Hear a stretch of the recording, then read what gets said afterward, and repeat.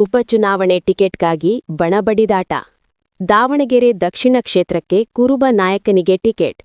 CM Siddaramaiah ಅವರಿಗೆ BJP checkmate.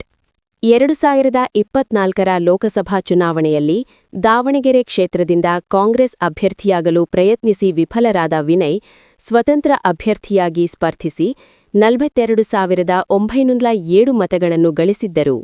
Davanagere ದಕ್ಷಿಣ ವಿಧಾನಸಭಾ ಕ್ಷೇತ್ರದ ಉಪಚುನಾವಣೆಯಲ್ಲಿ ಮುಖ್ಯಮಂತ್ರಿ ಸಿದ್ದರಾಮಯ್ಯ ಅವರಿಗೆ ಚೆಕ್ಮೇಟ್ ನೀಡಲು ಬಿಜೆಪಿ ತಂತ್ರ ರೂಪಿಸುತ್ತಿದೆ. ಕುರುಬ ಸಮುದಾಯದ ಜಿಬಿ ವಿನಯ್ಕುಮಾರ್ ಅವರನ್ನು ಕಣಕ್ಕಿಳಿಸುವ ಮೂಲಕ ಸಿದ್ದರಾಮಯ್ಯ ಅವರಿಗೆ ಸವಾಲು ಒಡ್ಡಲು ಯೋಚಿಸಿದೆ.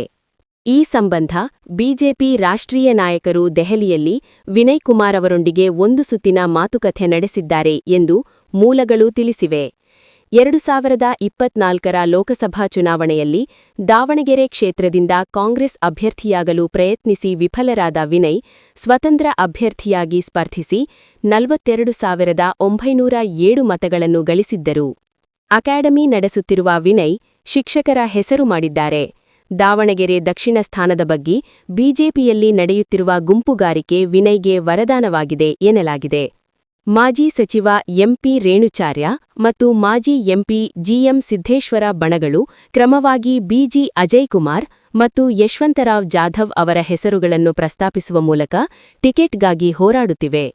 ಆದರೆ ಹೈಕಮಾಂಡ್ ವಿನಯ್ಕುಮಾರ್ ಅವರನ್ನು ಕಣಕ್ಕಿಳಿಸಿದರೆ ಎರಡೂ ಶಿಬಿರಗಳು ಒಪ್ಪಿಕೊಳ್ಳುವ ಸಾಧ್ಯತೆಯಿದೆ ಎಂದು ಮೂಲಗಳು ತಿಳಿಸಿವೆ.